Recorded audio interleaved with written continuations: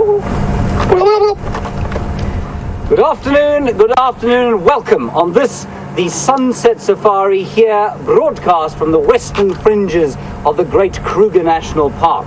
My name is James Hendry. On camera we have Brian today, and on the other vehicle is Peter Pretorius with film. Scott is on foot and he's being filmed by the large calves of Gendre Girding, and I am standing here in a Scotia brachypetala or weeping bourbean tree.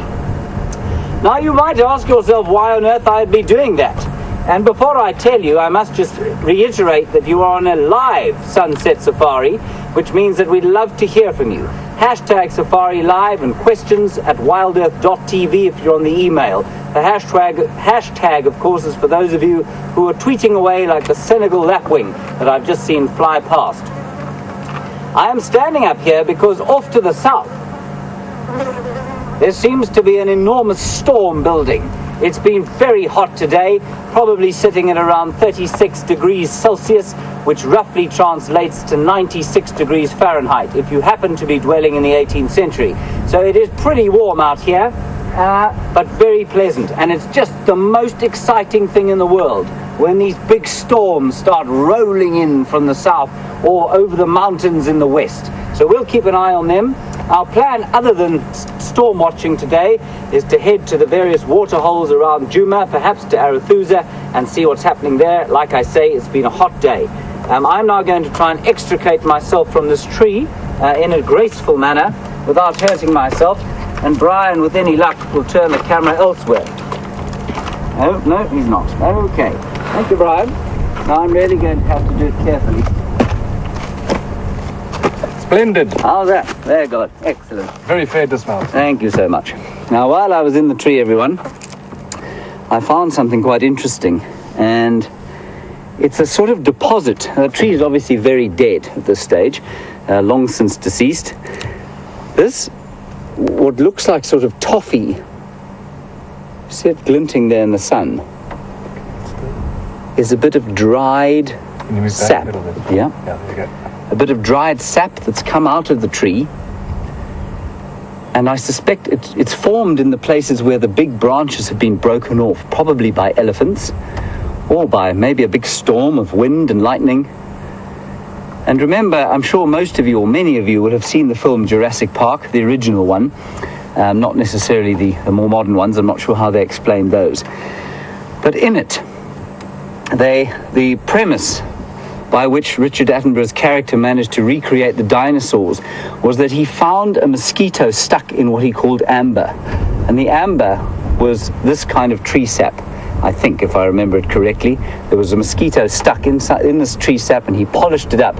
And if we were to polish this up, it would look like that. And he extricated the DNA from the mosquito and made a whole lot of dinosaurs.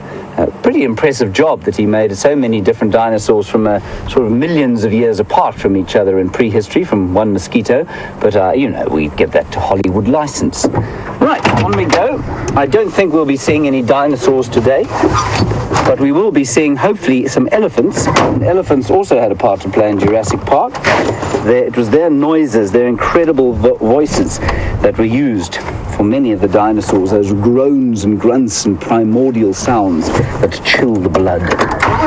Right, on we go. Feel the wind. Look at that.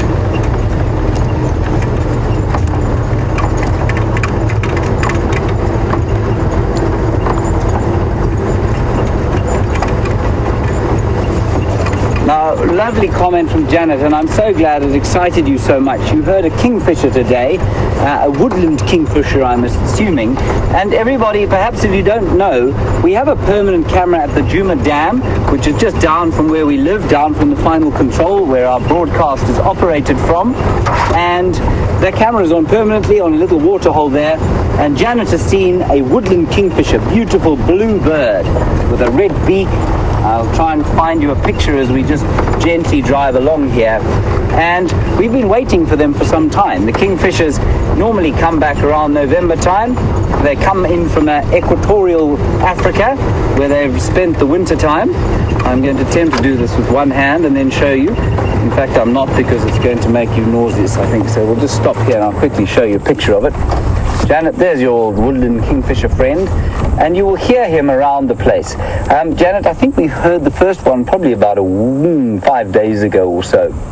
Well, it was from that very camera that we heard him. There he is, the woodland kingfisher, Halcyon senegalensis, and that senegalensis is, of course, comes from Senegal, which is up in sort of western equatorial Africa. Marvelous. There we go. That's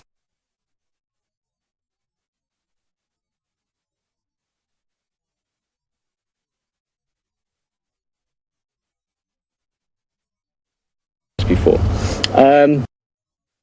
As James has said, big storm in the background there. You can see massive blue skies, and they're blue because of cloud buildup, not because of clear skies.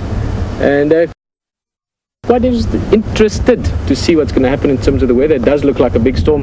VM, always nice to be on camera with you. And VM was saying earlier we shouldn't go too far afield, just in case that pulls in, because it's going to be a big one. If it does, it might only be later on. Fantastic afternoon ahead. Lions from this morning. I actually really missed you this morning. Let me tell you something quickly. This morning with rehearsals, which is a lot of fun because there's exciting times ahead with Big Cat Week coming up starting Friday night for you if you're in North America, Saturday morning for us if you're on Central African time. But with the rehearsals, you guys not there. I actually realized this morning I actually really miss you. So nice to have you in the vehicle. Let's go look around.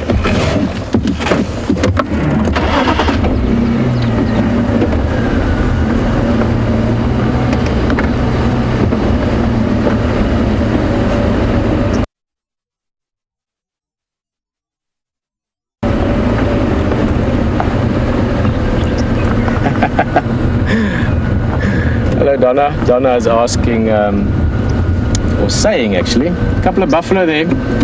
Again, I'm going to have to bring up what VM said as we were driving down, saying the one looks like it's dead. It's just lying in a very funny position with its horn, supporting its head with its horn as a pillow almost. But Donna, I think we could all echo your thoughts, just saying that you hope it doesn't rain before the drive is over. Obviously we all want to have the drive. A little bit of cooling rain would be nice, and being from a desert country where I'm from, Namibia, we never wish against rain, but it would be nice if it only rains if it rains at night during Big Cat Week. So yeah, fantastic afternoon, and I'm just happy to be in the bush, happy to be on safari, most of all happy to be spending time with you and looking around. Guys, as you know, as Donna was just making a comment, for you perhaps, if it's not your first, or if it is your first game drive with us, or one of your first drives, you really can have a chat with us, either by asking questions or just by making comments as well. And you do so simply by tweeting us with hashtag Safari Live, and that reaches the control room where this afternoon Nikki is directing for us, Tara, and the rest of the team there, Alex, and yeah. They'll get it, and if possible, get it through to us and we'll answer it. So, always nice to have a chat. As for what our plans are, same plan as every day, Pinky. Looking for leopard. So that's what we're going to try. Gorillas tracks this morning were around Spaghetti Junction, just before that, which is the Ulwati riverbed, heading up towards Boyatela. So later on in the afternoon, I plan certainly to be around Quarantine, maybe in the back sort of dongas there behind the lodge. James will probably be heading back to the Lions from this morning, the Nkuhuma Pride. See if we can find them. Obviously they might have moved. And of course Mr. Hayden Turner, apart from just being great company and a great host for you, he's also going to show and tell you lots of interesting things from the safari tent side. So lots to look forward to, and I'll repeat myself a fourth time. Nice to have you on drive with us.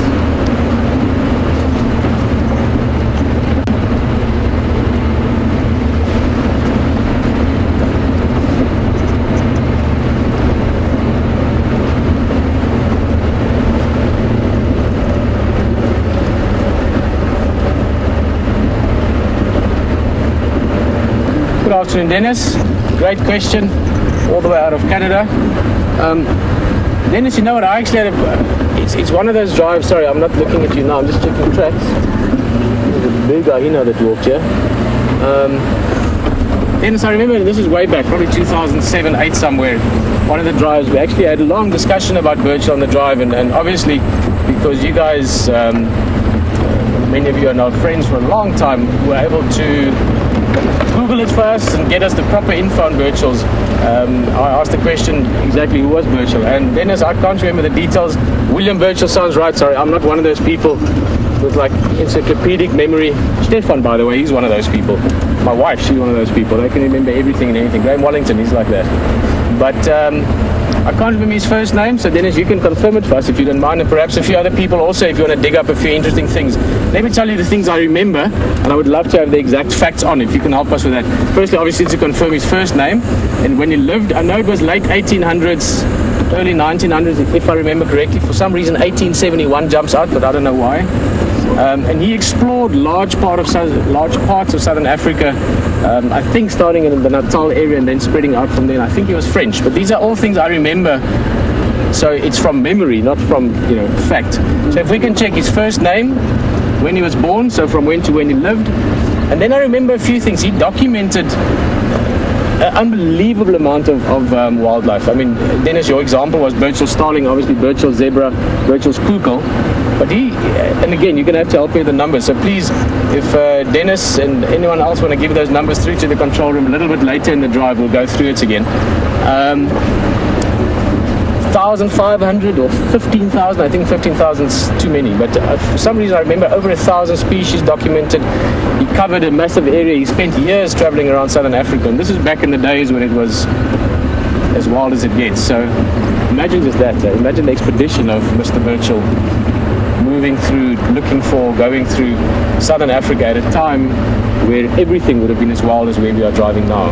Wilder even in the sense that it can just go on and on and on. So if we go from savannah to bushveld to semi-jungle to rainforest up in the mountains to high-veld areas, I must say it's one of those things that I daydream about every so often. Wouldn't mind having a Land Rover to explore with back in the 1800s. Some prophylaxis for malaria would be handy. But other than that, just imagine that.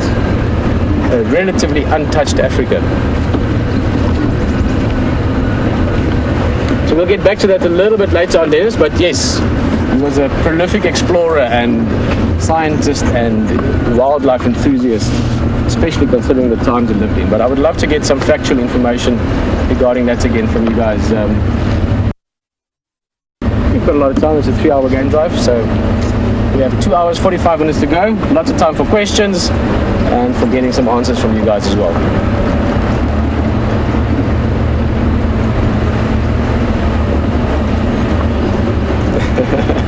Hello, Lynn.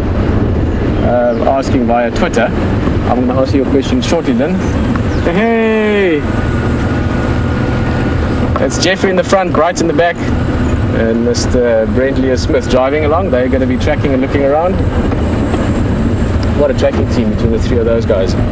Lynn, no, I didn't. Lynn was just asking me whether I brought my family with, and I've been missing them a lot, as you can imagine. Having a family and having a family that loves this. My wife loves it. She did this with us for quite a while.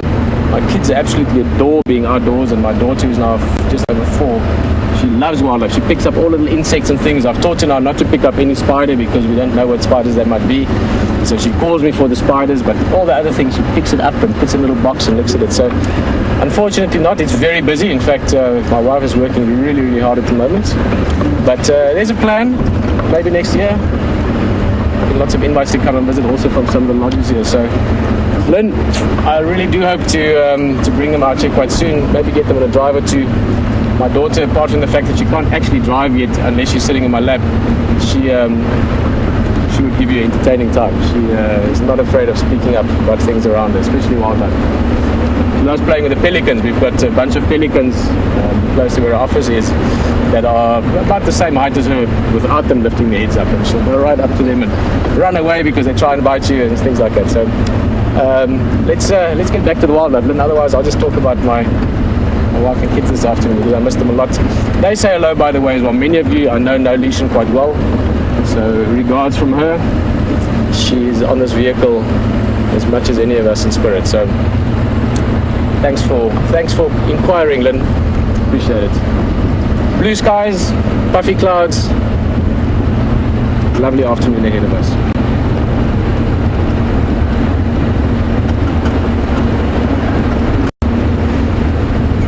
I'm sure some of you have noticed, it's a small thing, I'm sure some of you have noticed, it's tiny, almost can't see it, and I might put some tape over it so you almost don't see it at all, but we've got another radio on the vehicle.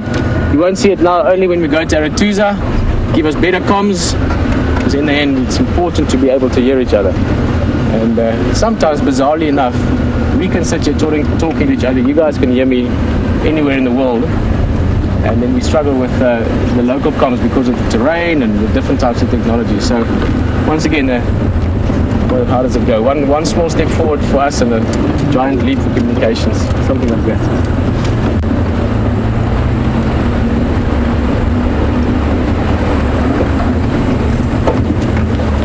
The dragonfly.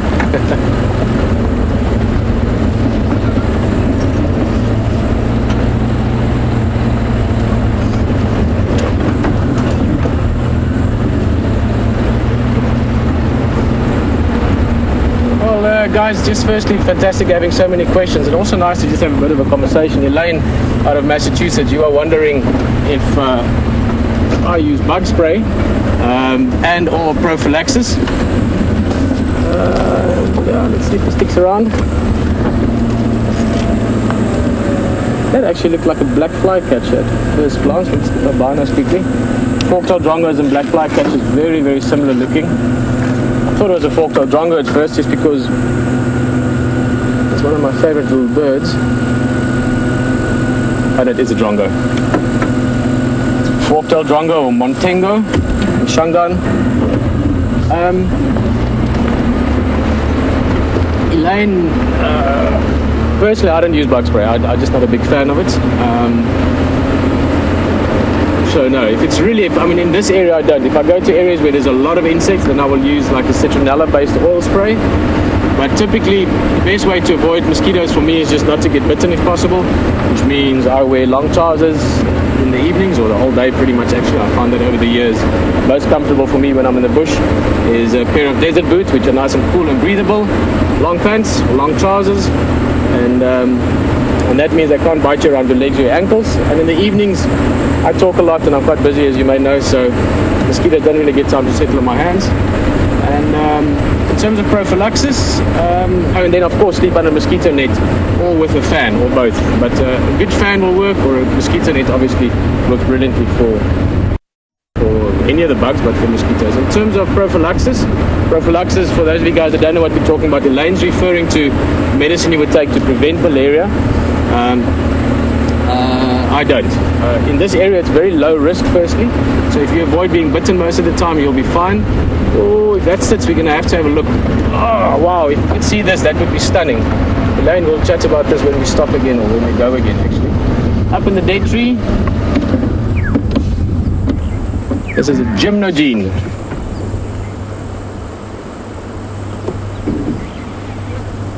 And an absolutely beautiful and also interesting raptor, or bird, but a raptor being a bird that uses its talons to catch its food with. Is this by nesting up here? Yes. Do you know? I presume so. So that's I'm not here every day at the moment, so a little bit far to see it, but I know that there has been one in the past that nested up here. Then the Wahlbergs have also nested right up in this tree. This, by the way, is my favorite tree in the whole area to climb.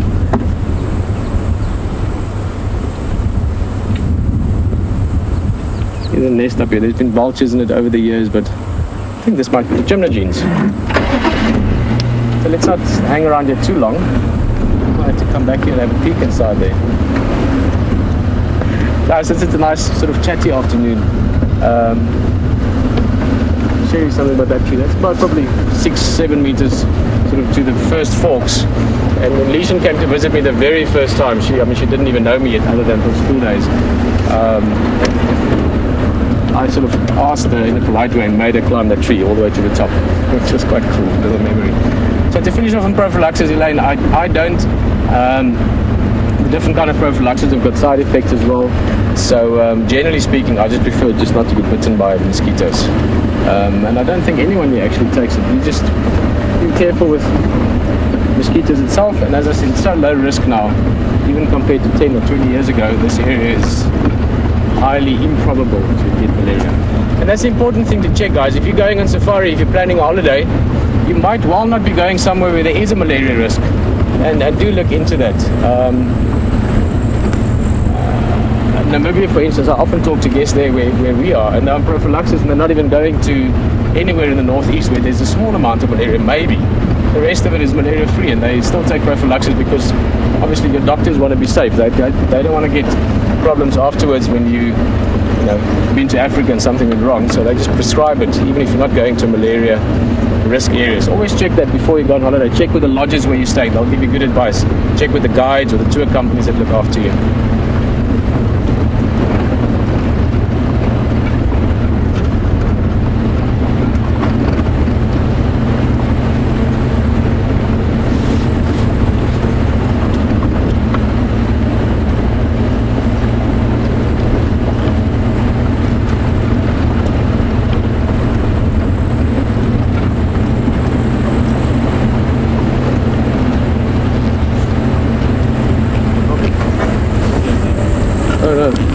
Sorry guys, I didn't hear that. Say again.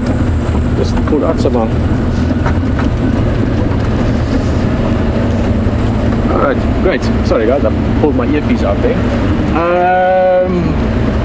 Have fun on the walk.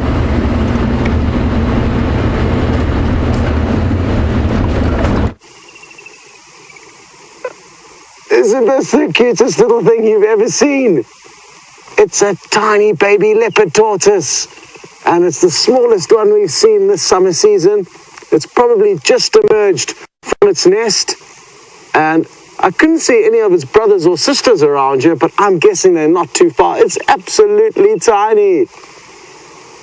How cool is this? It's battling just to get over the blades of grass.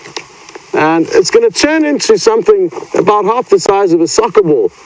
And Jeandra's just taking a little bit of a tumble there, but all to get you the best possible shots of this tiny tortoise. And we're going to leave it be. We don't want to cause it too much stress, but happy to introduce it to all of you, and we're going to send you across to the lion. Yeah. Right, well everybody, look at that high action here, the Nkuhuma Pride. Beautiful lions lying here, and they're just moving a little bit as the rain, or not the rain, the wind from the storm starts to roll in here. My hat is on backwards because the sun is at my back. I'm not trying to be a gangster. A couple of really interesting things about these lions. Look at the size of the paws. Incredible, powerful paws, those things, with the sheathed claws. And those claws will do a tremendous amount of damage to any potential prey that there might be. And also see the back of the black ears, and they're just lying here quietly. This is what lions do for 20 hours of every day. We're going to head across to an ad break just now, and when we do come back, we'll see you with these lions. See you just now.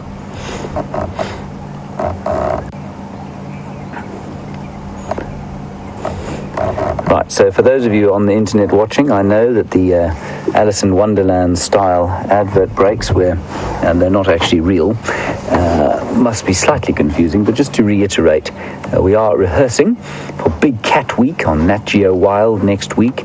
We'll be doing 3 primetime shows. The times, I've slipped my mind for now because of all the different time zones in the States, and we'll also be doing 7 3-hour shows, daytime shows for Nat.Geo Wild in the States. Now that doesn't make any difference to you watching on the internet at wildsafariLive.com. If you happen to be in Australia or Finland or the Philippines or where else have we had from? Brian, Switzerland, Holland, Fiji. South Africa, Fiji we've even had. You can watch as you do normally. Nothing will change. There will just be the odd slightly disconcerting announcement of advertisements every so often. So that's Junior, 3.5 years of him, still living with mum and dad, well not dad, so still living with mum and sisters. And, well, I suppose that's a little bit like human beings these days. They don't leave home until they really are shoved out. And by 3.5 years, he should be on his own. He should be searching for a coalition mate so that he can be with them and try and set up his own territory one day in about a year or two's time. But at the moment, he's clinging steadfastly to home, and every time the Birmingham boys come anywhere near here, he scarpers off, then they disappear, and he comes back to join his pride.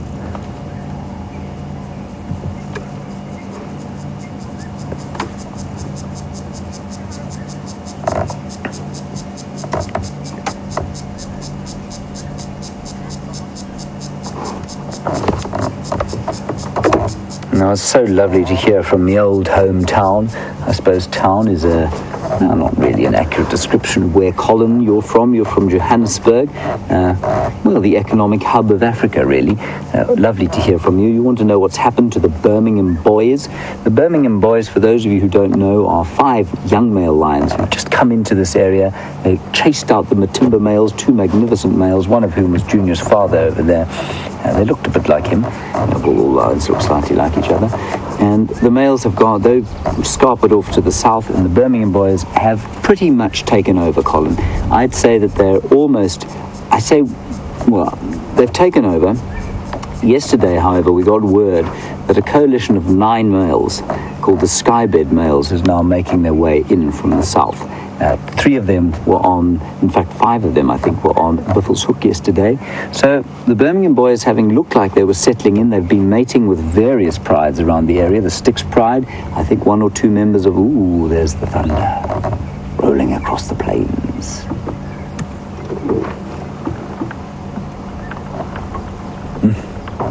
Such a wonderful sound. So, Colin, they've mated with the Styx pride, they've mated with the Nkuhuma pride. I'm not sure that any of those matings will result in cubs. Certainly there will be a period when these lionesses will go into something called anestrus, which is a period of kind of a false estrus, where they show all the signs of estrus, but then they don't fall pregnant, they don't ovulate. So just quickly, Brian, that's the amber-eyed female. Look.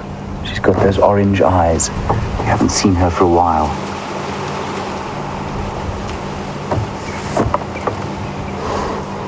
See how orange her eyes are, everyone? That lioness came right up to the door the other day, and she looked me in the eyes, stared into my soul. Thankfully didn't find too much wanting, and so she didn't eat me. I'm warped and gone somewhere by mistake.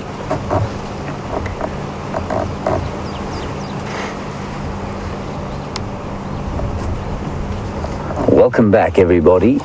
We are still with these lions, amazing, beautiful animals, and you can just hear the thunder rolling in across the plains. You haven't missed anything. 1 or 2 of them have rolled over, and we're just going to quickly have a look at 1 or 2 things. The female in the middle there, if we look at her, you can see the sun is at the perfect angle. Sorry, down a bit, Brian, the one with the sun on her face. You can just see the sun is at the perfect angle. You can see the eye reflecting that little white stripe underneath, which helps them to hunt at night. It reflects light into their eyes as they walk through the darkness of the night. And then let's just quickly have a look at Junior's mane. There he is. He's called Junior. He was dubbed so by our faithful internet audience who've watched him grow up from a little cub. And that's a 3.5-year-old mane. It will become a lot more impressive as the years go on. And by the time he's 8, it will be really impressive. Now, as this storm rolls in here, let's get an aerial view of it with Drone Commander Andrew Francis. I'll see you just now.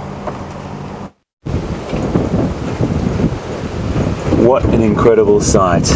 A magnificent, magnificent aerial view of that storm rolling in. Those long-awaited rains that are coming towards us, and you can actually see that rain off in the distance. This tool that we have, this drone flown by Andrew Francis, is an extraordinary piece of equipment for us to see Africa from above. And as he pans that camera down to be completely, he's just got a beautiful shot there of the Viatella waterhole there, and he's going to go in, going down, down, down, and that white sort of area in the middle there is a catfish graveyard, the African sharp-toothed catfish, who unfortunately didn't make it through. They do have the ability to escape these drying pools and walk overland or crawl on dry ground to another water point, but a lot of these didn't make it. They also are able to survive in shallow mud for very long periods of time between rainy seasons, but unfortunately these ones didn't make it through and are in the great catfish graveyard. Now over the next few days I'm going to go down there and grab one of those skeletons, because you know I love skeletons and skulls, and I'll bring one of those up to show you, and we can have a real good little look over it under the microscope. But what a great vision. Andrew is just flying that beautifully, as he always does, and gives us an aerial view, our bird in the sky, and coming back up now to have a look at that magnificent view back over. We've got a hippo in that pond up to the right end of the screen there, and then the storm is a-coming. But wow, how beautiful is that? That hippo just down below. We're going to cross now to Peter, who is going to be arriving at Buffelshoek Dam any second. I think he's just arriving on the dam wall right now, so I'll come back to you soon, but we're going over to Peter right now, and goodbye, and that storm is coming our way. Well guys, that's the background we were talking about. So Vivian and I were just talking, saying wouldn't it be great to see Mvula, the male leopard who's named after rain, and we'd like to see him in sunlight with that sky in the back. But unfortunately we don't have Mvula here, but we do have some other interesting characters down at the waterhole. This is Buffelshoek Dam. I'm going to try and get that dark sky behind you, behind it, sorry, for us to see. I believe you just had a beautiful bird's eye view of the storm that's coming from the air. I'm sure it must have been spectacular.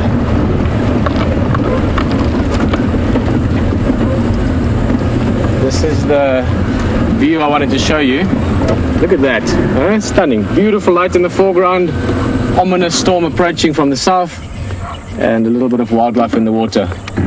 Egyptian geese, we've seen these guys since the beginning. I think the other day they said there used to be 7 goslings, there's now 4. And I'm sure these goslings and their parents, their 2 Egyptian geese, they must know these hippos quite well. They've been spending a lot of time around each other and, well, literally in the same pond. That was the hippo's tail swishing there. When hippos defecate, they sort of swish their tail back and forth.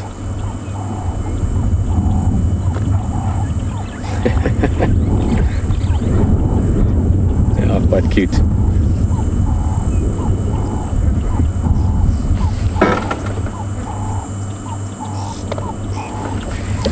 So these hippos are making the most of the mud.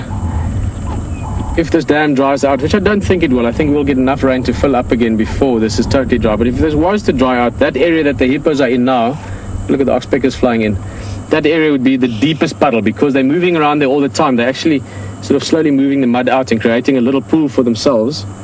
In a way, you could compare it to the sort of the last remaining water in Gari Dam, or in front of Boyatella, where you were just looking at those bones or the skeletons from the catfish. Eventually there has to be the last water before it dries. Look at that sky.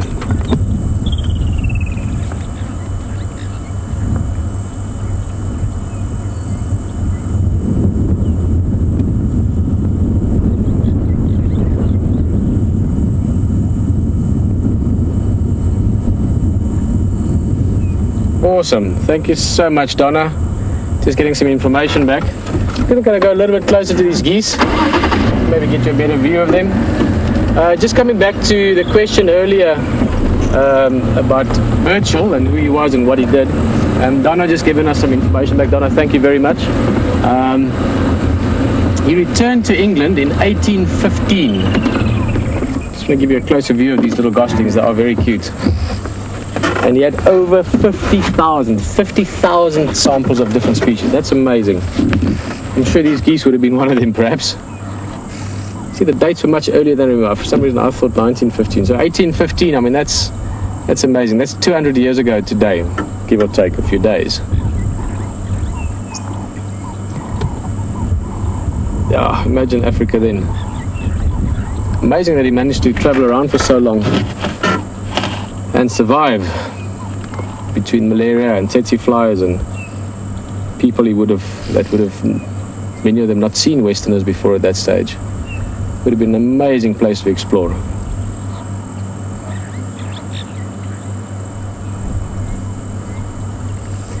Very peaceful setting here. Birds calling.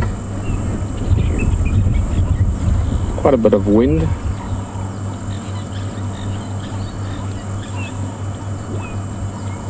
Oh, awesome. Thanks, Elaine. A little bit more information on Mr. Birchall.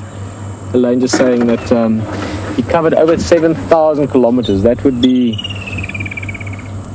let me say, if you were to go, you would almost go across. So if you go from Cape Town to us and back, and you could almost do that again, that would be about 7,000 kilometers. That's the area that Mr. Birchall covered in that time. Obviously, he didn't have any roads or highways or anything whatsoever to move by then. So, yeah, that would have been true exploration. I'm wondering what else to show. There's a subtle little stalk here. It's just a little bit far. What do you think, Vian? Get a look at that.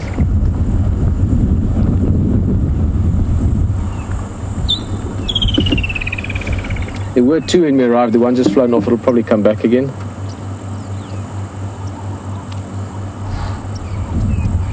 Beautiful bird. They catch little things around the water, fish and frogs and so on. I think this might surprise us still today, the storm. You have this sort of wind before the storm coming in, and it's coming closer. It's not going to catch us sort of in the next 5 minutes. Certainly, I think it might be upon us before the end of drive. Look at that. It's absolutely beautiful.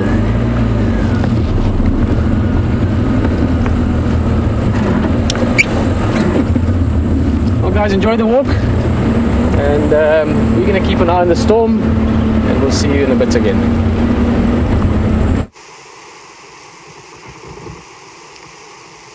So, if you look through those bushes, you'll notice there's a Cape buffalo, a big bull, not too far away from us. And Jandre and I nearly got ourselves into a little bit of trouble, actually. We don't have the wind in our favor. It's blowing straight towards him. And I think he did detect us. We were probably about 20 meters closer ahead when we first saw him, and then immediately backed up. And that's the first thing you should do whenever you encounter a dangerous animal. And don't get me wrong, even though this may look like a cow, it is incredibly dangerous, especially the old bulls, especially when we as humans are on foot in their home. So we're gonna maybe just wait for him. It looks like he may take a few steps out there. Here we go. Oh no, he's on the go slow. He's just stopped there, but we just wanted to give you an idea of what we were dealing with and a bit of the excitement as we were retreating from this potentially dangerous situation. And James is on standby to receive you, so we're going to send you back to him and loop ahead of this buffalo. See you later. Here comes the storm, everyone. It's rolling in. The sun is already starting to be blotted out by the grey clouds. It's so exciting. We're still with the lions, and a couple more things to show you before they do anything too drastic like get up and then sit down again. The one with her head up has got an almost completely black nose. Now that completely black nose is indicative of her age. It's quite a nice way to age lions. And so I would put her, it's normally completely black by age 6, so she's probably about 5 years old. And then the one just in front of her and to the left, you can see her nose, is almost bright pink. And given her size, I'd say she's probably about 2 years old. You can see totally pink. Oh, very tired, having a bit of a yawn. That noise you heard was the sharp inhalation of air as she yawned. And then to the right of her is Amber Eyes. Now, there she is. And if we look at her nose, oh, high action here before we go to the nose. Brian, look at this. I am being slightly sarcastic when I say high action. When it's hot like this, there's very seldom very high action with the lions, but it's still lovely to spend some time with her. This is the second time this female has got up and moved to this area.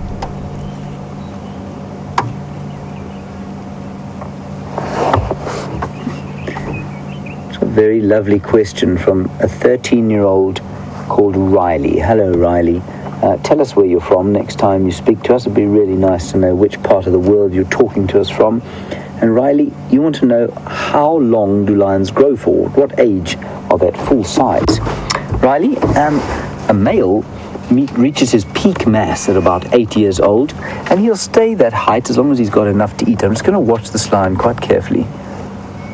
Like I said, it's the second time she's got up and moved there.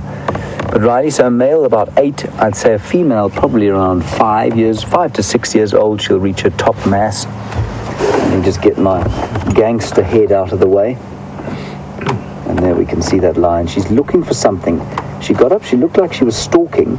Now she's panting. That's pretty normal for the heat. It almost looks like she's going to be sick. Looks a bit green about the gills. That one, of course, is just exhausted by the thought of even thinking about moving. Lions will sleep for 20 hours of the day. But you can see they're moving around a bit. They're actually, quite astonishing. If you've never watched lions before, this is a particularly active pride at the moment, and I think that's got a lot to do with this weather blowing in. They will sense subtle changes in the atmosphere, I think, probably far more than we do. Brian said to me today, my finger's sore. I think it's going to rain. I looked at the sky and I told him he was stark raving mad. Brian's finger doesn't lie, and I'm pretty sure that these animals here are able to sense. Here she comes. She's coming back now. I'm pretty sure they're able to sense weather changes probably long before we are able to.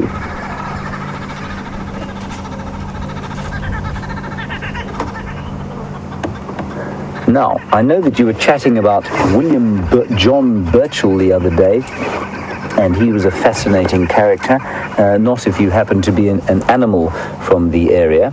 There are a number of species named after him, 5 on this reserve to be exact, no, 4 probably on this reserve, some of them very unusual that we see. So why don't you try and find out which mammals and birds named after him we would see on this reserve. That'll keep you busy for a little while these lions are waiting for the storm to come in. But the interesting thing about William Birchall is that apparently he was a very fastidious biologist, so he was very detailed, kept very detailed notes, wrote enormous numbers of pages in 2 volumes of his books, and had enough for a third one, but he unfortunately committed suicide before that could happen. And he was out here between 1810 and 1815. He collected 50,000 specimens. Now, by collected, that is euphemism for killed, either stuffed or pinned, depending on whether it was an insect or a mammal, and then took them home. He loaded just about an entire ship full of specimens and took them home to London and described various aspects of southern African biology. He also collected over 20,000 insect species on a later trip to South America. So he was a voracious collector of the creatures of nature. We don't try not to do too much collecting anymore, and we try to do a lot more observing than we do stuffing and pinning.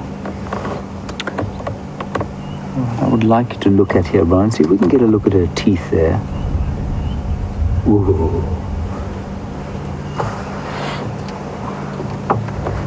Look at that. Let's look at her teeth.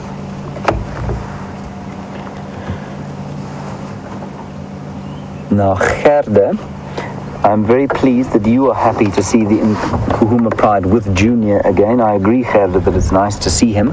I'm not convinced it's in his or the Pride's best interests to be here. Anyway, here he is, so Gerda, that's great. And Carla, you've just jumped on Game Drive. You're late for the afternoon drive. That, of course, is almost unacceptable, but we'll forgive you this time round. And you want to know which pride we're looking at. We're looking at the Nkuhuma Pride. After a prolonged absence, they've come back to Djuma, which is just lovely. 5 lionesses, 1 young male who's 3.5 years old. He's clinging desperately to the home life to which he's become accustomed, not wanting to go out and make a living for himself. And as I was saying a little bit earlier, a little bit like the youth of today, and they're reticent to go off on their own. Not sure if his mother feels like mothers of today. Another nice look at the front paw there. I don't know if you can get that, Brian. I don't know. Yeah, you can. Just look at the pads. And interesting, when you're tracking lions, good grief, sounds like there's a bulldozer coming in here. Anyway, if you're tracking lions, that's the kind of shape you're looking for on the ground, of course. It is a particularly obvious one, and simply because of its size. No claws. You can see very clearly there that there are no claws sticking out. There are, of course, claws in the feet, just like your house cat. It's incorrect to call them retractable claws. They're protractable. They're retractable would mean that they stuck out all the time and that they could then be pulled back in. But in the lion's case, and in the case of your house cat, their resting position is inside, and they can actually push them out. They've got a tendon and a muscle that pushes out the claws. Now, Junior's foot there, I mean, he's almost full grown. If you come back to me, Brian, let's just show the size of it. It's probably about that big. That's how big that lion's foot is. Isn't that amazing? Now, Jack, you want to know where on Djuma we are. I'm not sure how well you know it, Djuma, at least Jack. Jack, we are sitting on the northwestern corner, just about on the northwestern corner. We're sitting on a place called Sandy Patch, or just east of a place called Sandy Patch, which is on the way to the sort of northwestern corner of the reserve.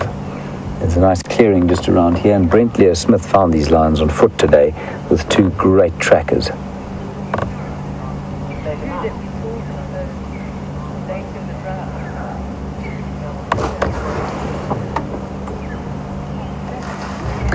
And Deb, they are quite far from the Djuma waterhole. You want to know where they are in relation to the Djuma waterhole. Quite a long way, Deb, probably about 2 kilometers away, just over a mile. I just have had a report from the inimitable Nat.Geo Smith that there are large hailstones falling at Ulasaba, which is not far to the west of here. If it does start to rain, everybody, we're not going to hang around. We're going to head straight for home.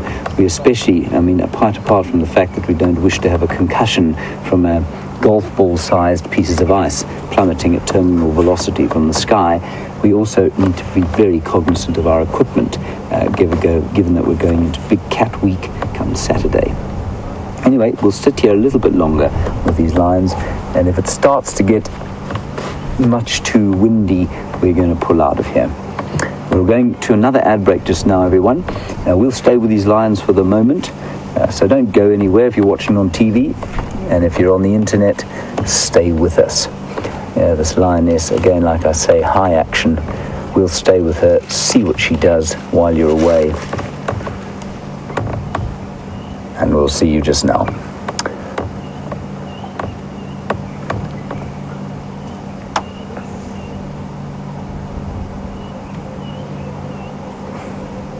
Should we go? I'm just a bit nervous about so everyone on the internet, we'll just give you a quick look at the sky again. There's some pretty big stuff coming in, and like I say, a lot of reports of hail coming through. So we won't hang around for too long.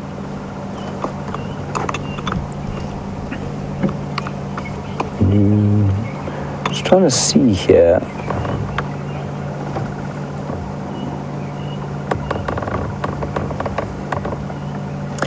Now, brilliant question, of course, which I should have actually spoken about already. Mr. Moustache, you are on holiday in Iceland. I suppose being Mr. Moustache in November is an excellent thing, Mr. Moustache. I think you need to send us a picture of your whiskers. You want to know what you're doing in Iceland in winter. I couldn't possibly imagine, but there you are. I'm glad you're joining us for some heat out here. You want to know how the animals will react to the rain and to possible hail. Hail's not that common in this area, but they will react badly. I mean, there's nothing really to shelter under. They could go into some thick bush, and I suppose that would break the fall. If you were to lie under a piece of stick like that, or a fallen tree, it might shelter you and break the fall of some of those hailstones. But I mean, a hailstone of that size falling from the sky is going to be doing roughly 220 kilometers per hour. That is about 130 to 140 miles per hour. If that hits a tree like that, unless it hits a branch exactly dead on, it's going to go straight through it and it's going to cause some damage. So hail does kill animals from time to time, but it's not hugely common in this area. And Ulusaba, where the hail is falling, is quite far to the west of us, and the difference in rain from the western Sabi Sands to the east, we're sort of eastern Sabi Sands, is quite profound. I mean, it's quite pronounced, and that's just because the further away from the mountains you get, the less it does tend to rain. The lions don't seem to be too perturbed about Brent's report of hail, however. They've now gone into the deepest possible slumber. One of them, of course, is I can't believe I haven't sort of zoomed in on this, is cradling some elephant dung. She seems to be lying there. There we go, beautiful. Nice teddy bear to be cuddling there. All right, we're going to assess the storm, and while we're doing that, let's head across to Hayden. He's got a fantastic snake to show you. See you just now. Fantastic to have those lions, hey. Now, bushwalks, I love them. Bushwalks are absolutely incredible. It's really connecting to the bush and that small stuff, the fine detail, the small things that really matter too.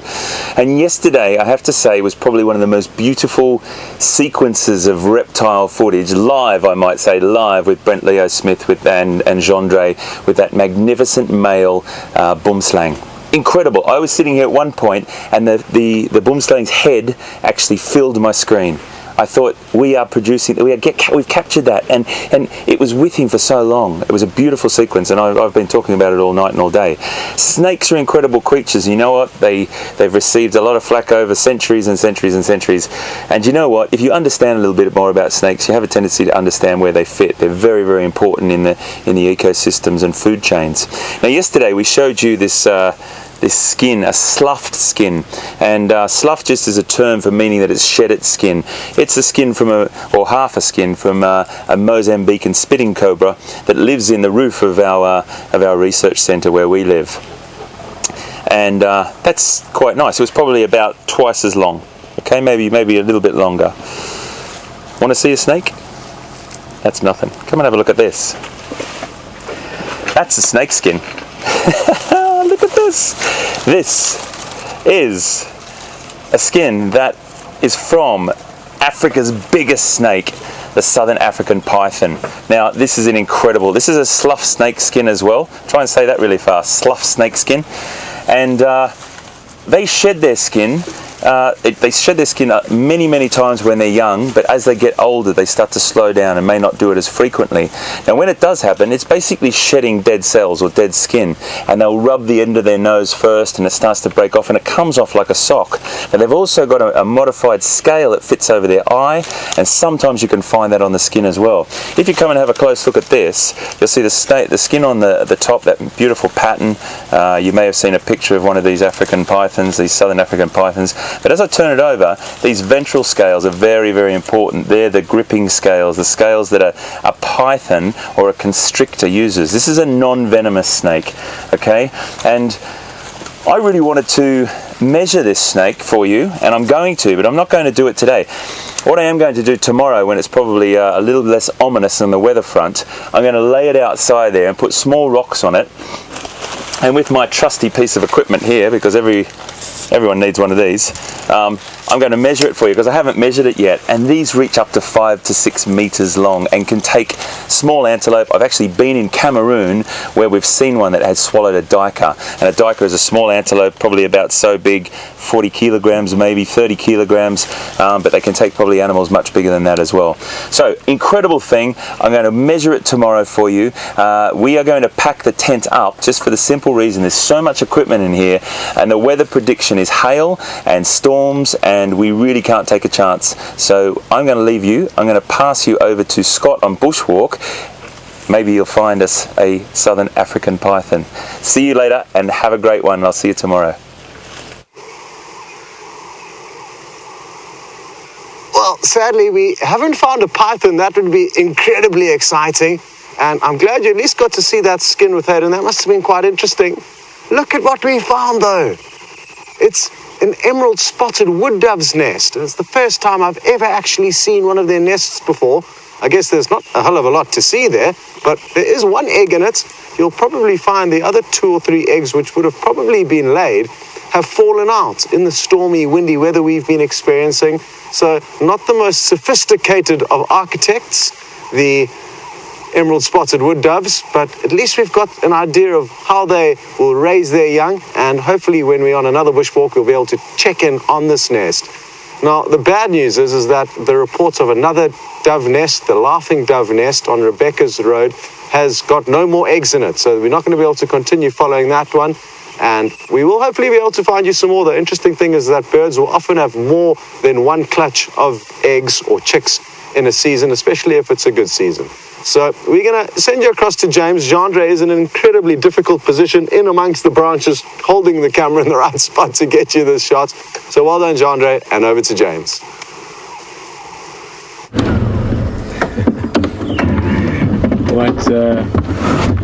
Awesome. Seeing a bird's nest with an egg in it, or a bird's nest with a chick in it, is always, I don't know, it's just one of those things that's always nice to see. That, of course, is the beauty of being on foot, is you can look around and scratch around for these smaller things, and you can see the big things. I mean, Scott was looking at buffalo earlier. In fact, I'm not sure exactly which area he's walking in. I'm just wondering if it's not maybe some of these same buffalo. There's 3 bulls here. This one obviously down here. The other 2 are just waiting for the off to the right here. We can show you a little bit, but quite a funny angle as well that I've driven down here. That's quite a big bull. This guy specifically, his horns are sort of above the average size for this area. And he should pop out down the bottom here in the next minute or 2. We are not far from camp, as Hayden has told you, and as I'm sure we'll mention a few times in the course of this afternoon. Behind us, if I'm looking back the way now, we'll show you in a bit, but there you can see, VM can show you right up into the sky.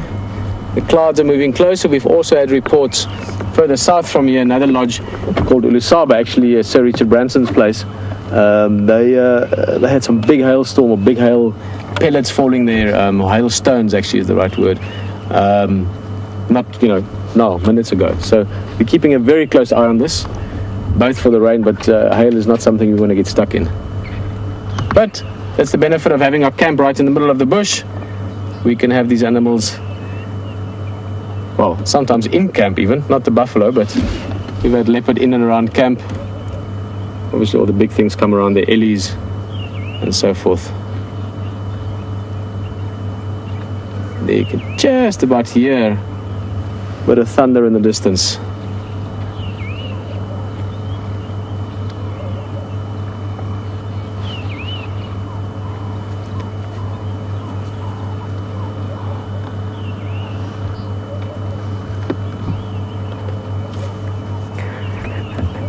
Sorry, I'm just looking how you came out here. Oh, it's a nice big bull. There's that big guy now coming out.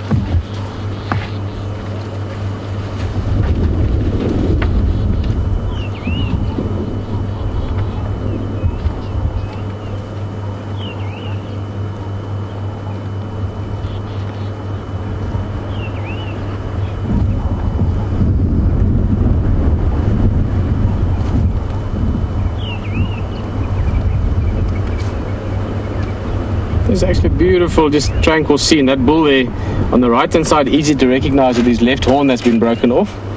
And just a beautiful message coming through. Thank you so much, Sue, letting us know that obviously tomorrow being Thanksgiving in the US, she's very grateful for what we do here, and that's we in capital letters, Wild Earth.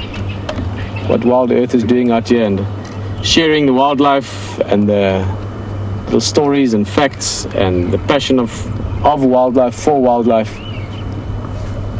So again, if it wasn't for you,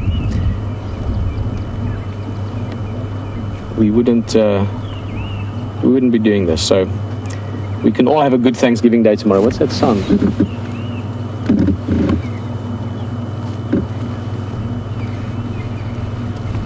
There's a chainsaw. Is it?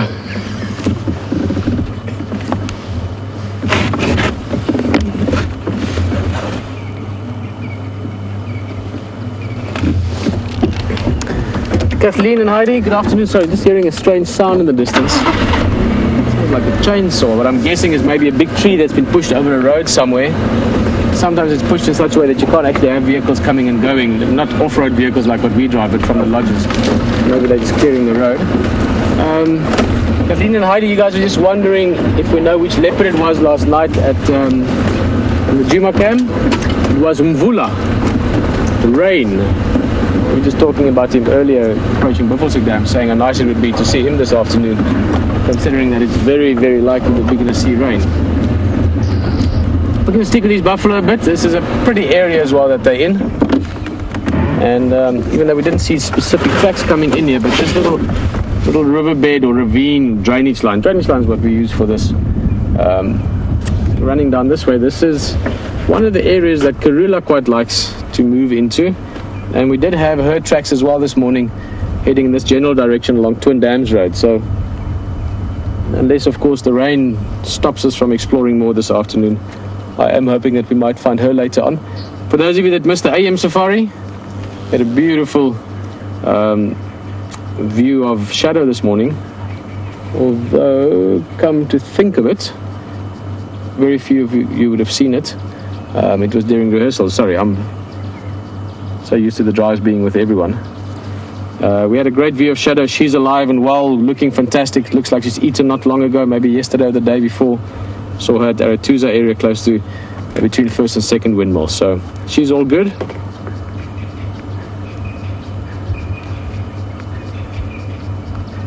And these buffalo obviously enjoying the new green grass since the rain.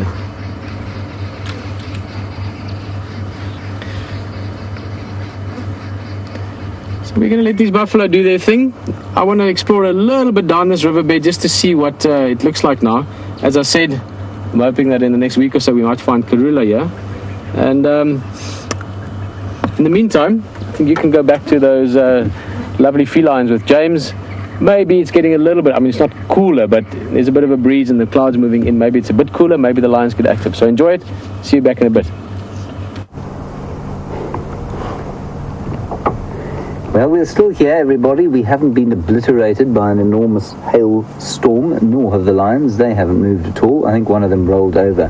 We got very excited, nearly called for a crash cut to us, but then they lay back down again. Junior is still in sweet repose. Now, I made mention of the fact that I thought he was on borrowed time, perhaps shouldn't be here anymore, overstaying his welcome. Fairly derogatory comments about him, which I know have resulted in some fairly vociferous defense in his case from the Twitterverse. Why I say he shouldn't be here for two reasons. Firstly, he's in danger. The Birmingham boys are around, the Skybed males are around. The two Salati males have been seen coming onto here, and he's been spending time in their territory north of us and into the eastern or western sections of the Kruger, which is just east of us. And what that means is that they won't tolerate a young male like this around. He could join up with other nomadic males of around about his age. They might accept him, and then he could sort of fight for a territory of his own. The second reason is that he started trying to mate with his mother, first of all, and with his sisters. Now, I know in human society this is considered quite possibly the most distasteful thing in the world. Oh, let's quickly go to a monitor lizard, and I'll tell you Junior's story just now. Well, there was a bit of a sudden jump back and forth, but we were just moving along, and I saw this sort of stick that moved. And this is the kind of thing that you can really enjoy when you're on the walks.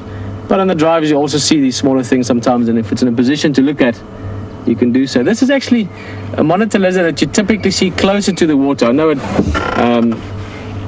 Gari Dam, down in front of Waitela Lodge, we see water monitors often, also known as Nile monitors. And while we're looking at a monitor lizard, I'm just looking at that tongue flicking out. Essentially, that lizard is tasting the air, same as snakes do. And that made me think of that incredible sighting with Brent yesterday with the boomslang, the tree snake. I just saw some of the images from it. I saw a little bit of it. It was absolutely amazing. I just have to say again, Brent, awesome job. And also Jean Ray did an exceptional job in showing that to you visually. Those of you that saw it would know what I'm talking about. It was beautiful. Really showing how long that tail is. Longer proportionately to the body compared to the rock monitor. because these guys are very good swimmers. Both Nile and rock monitors can swim, but obviously these guys will be a bit better at it. I think this weather is also good for this lizard. It's still a nice hot day, so plenty of energy, but this bit of overcast weather may be potentially bringing out all kinds of food. And these guys would eat almost anything. I mean, they like small dragons, really. They would catch insects and small vertebrates and invertebrates. Bird's nest with the egg in it, if they can get to it, they would eat that. They eat crocodile eggs quite often. Not here so much because of not so many crocodiles, but on permanent river systems like rivers and big lakes, they would be one of the main threats, if you want, for crocodile eggs and even very small crocodiles probably.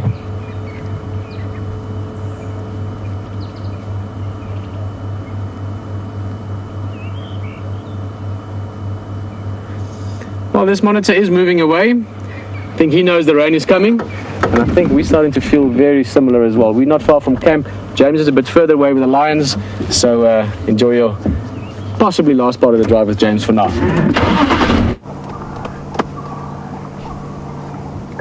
Right, back at the lions. That isn't Junior, that's one of his aunties, I think. She's not too young. Anyway, like I was saying, quickly, we're not going to spend too long here. The lightning is starting to crackle overhead. There is a cloud that looks like hail to me, so I'm going to quickly finish Junior's story. There, that funny whitish green thing there looks a bit dangerous to me. Anyway, we're going to amble slowly towards home, but just before we do that, let me finish Junior's story. Junior, like I say, 3.5 to 4 years old, started to mate with his mother and his sister.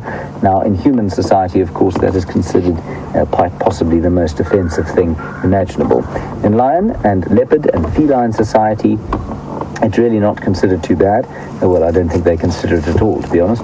But it can take up to 6 generations before there's an issue with any kind of genetic defect or look at that, look how she's rolled over, or mutation, any kind of genetic mutations that could cause a problem. Now, a very good question from Stella, and I don't know the answer. Stella in Michigan, probably a lot colder than it is here in the northeastern corner of South Africa. On that, I'm actually going to pull out of here, guys. It's starting to look very ominous. Stella, you want to know which of these lionesses is in fact Junior's mother? I don't know, Stella, I'm not sure. But I can say that for many of our very loyal internet viewers have been watching for a very long time, they may well be able to tell us. So as we drive slowly towards home, let's ask them, and they may well be able to tell us which of those lionesses is his mother. There are only 2 kind of, I think, that are old enough. Maybe Amber Eyes, I don't think so. I think she's also slightly young. There's one quite old lioness there of about 7 years old. Oh, sorry, microphone's taking a bit of a beating from our rain gear. Hold this back, it's not heaving out of the sky just yet. I wish you could see Brian. He looks quite ridiculous. In fact, I might try and take a picture of him while we're driving along. So Stella, I don't know which one he is, which one she is, but she might not even be there. You know, they have lost 3 lionesses this year to the Birmingham boys. We'll just take a quick picture of Brian there. Well, not a picture. There you are. Brian, show them what you look like. That's what Brian looks like, everybody. Let's just zoom in. He's basically wearing a giant canvas skirt. See? There he is. He's also cooking under there, of course. It's not sort of high-tech breathable equipment we've got on this canvas. So he's basically boiling like a lobster until it rains, in which case he'll be very happy.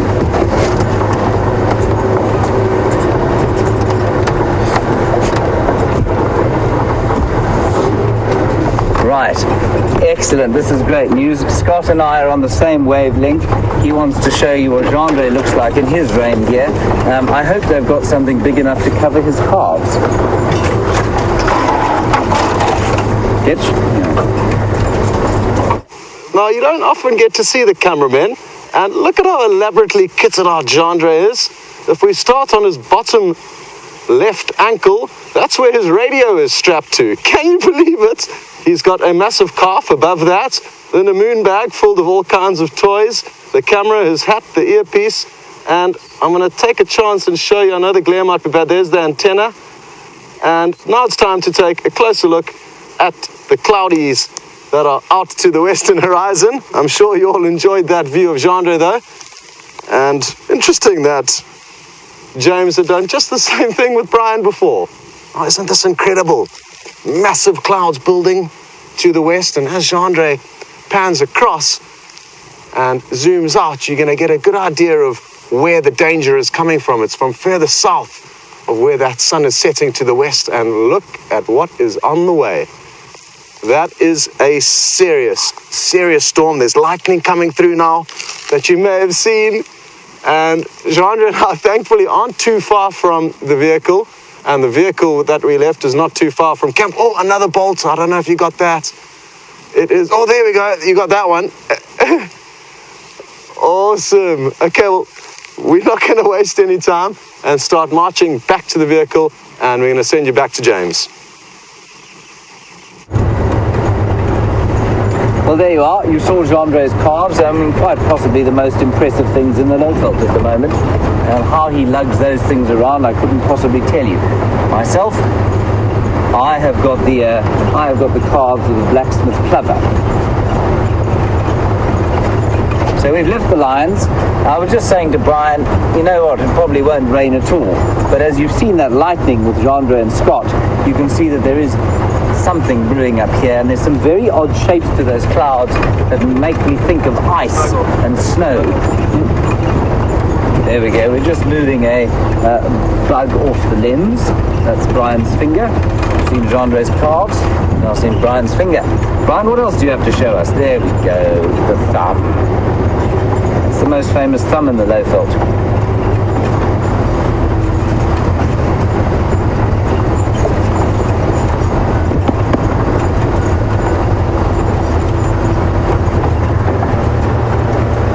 Very astute question coming from Washington State. We'll just do a little wee. I'm just going to drive you onto quarantine clearings with a look at so you can look at that lightning. We don't want to be more than a minute from home at this stage of the game. Lael in Washington, very good question that you've asked. Lael, you want to know about cheetah, why we don't see them or where they are, and do the lions keep them out? Very astute question.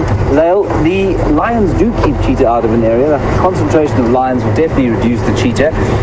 But cheetah are nomadic, and you know, Djuma for almost 2 weeks now. I mean, this is the first day. So last 2 days we've had lions on the reserve, but for about 2 weeks before that we didn't have lions. Now, if the habitat was good for cheetah, then they would be around. But you can see that it's quite closed woodland, and they like open spaces where they can run at that incredible speed to chase down their prey, which in this case would probably be things like an impala, steenbok, duiker, and the smaller antelope. Ooh, this is going to be a big storm. All right, everybody, we're going off to an advert break. We'll see you when you get back, hopefully without being wet.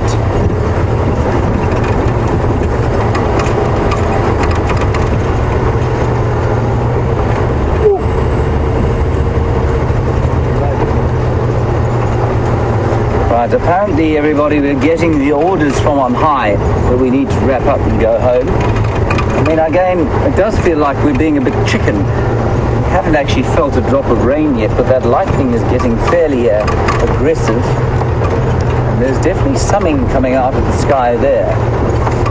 We're just going to get onto the clearing here, and then we'll make for home. We are in an imaginary ad break for those of you who have stuck with us. Hayden has left the tent.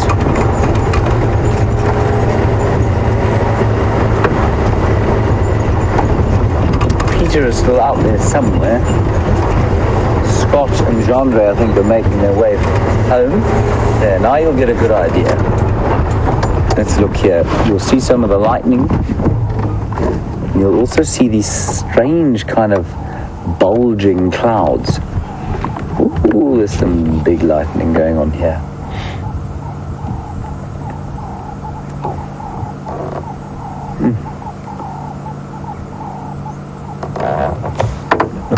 pretty that is, everybody. Okay, everybody, we're going to wrap it up for now. We've had the order from on high, and I think it's a wise one that we should head home. If it clears up, I mean, we'll go back out probably. I don't think it's going to clear up. We just can't afford to take the risk with the big cat risk coming up. The big cat week, not the big cat risk. Big cat week coming up. Anyway, thank you for a very entertaining little job. I at least drive. I don't know how long we've been out. Probably about just over an hour, probably only. Hour 15. An hour and 15. So sorry it was a short one. We are going to head for home. So thank you for your patience, and we'll see you tomorrow morning at 5 o'clock. Another short one, and then we're going to do 2 more rehearsals. And from Saturday, everything will be back to normal completely, well, weather allowing, of course. So thank you, Brian. Thank you, James. Thank you, Nikki in the final control, and all the girls there doing the work that they do. And we'll hand over to Peter to say goodbye to you. And we'll see you at 0500 in the, well, hopefully bright dawn. Bye-bye, and see you later.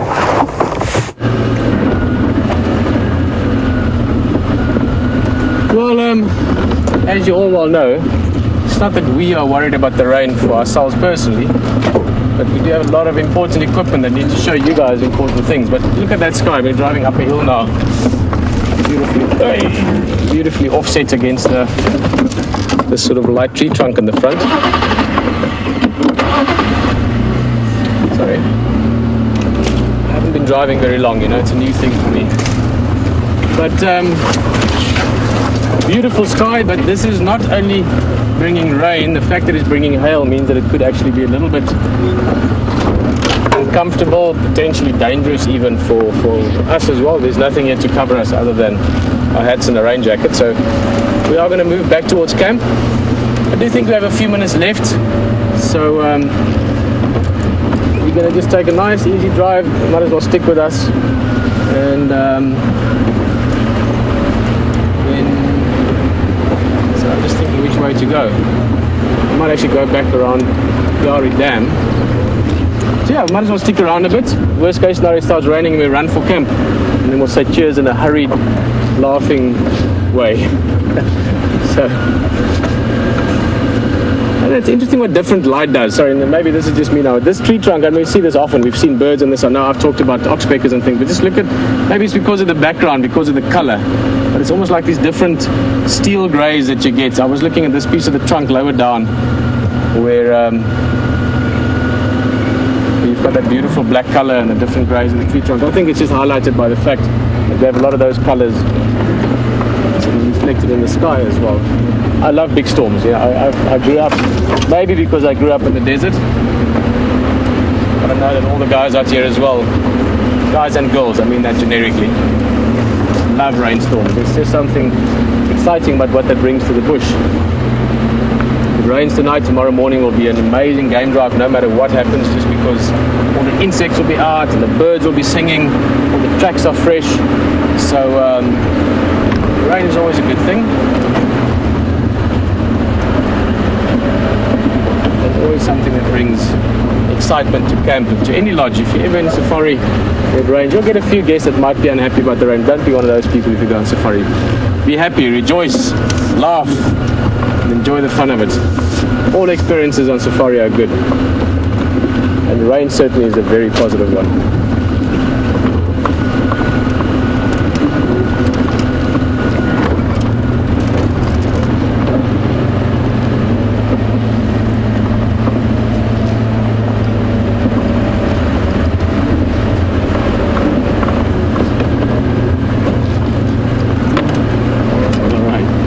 Guys, I'm going to say goodbye. It's been a lovely afternoon as always. Thank you very much for joining us. You are what makes Wild Earth what it is, and we'll see you tomorrow. We're going to close down because of this rain. Also, we have to close and shut down a bunch of electric equipment back in the control room. So let's keep everything safe because we're going to do this again tomorrow, as I'm sure you fully understand. From myself, Peter, and from VM in the vehicle, Nikki, Tara, everyone in the control room. Great drive. Thank you very much. See you tomorrow. Bye-bye.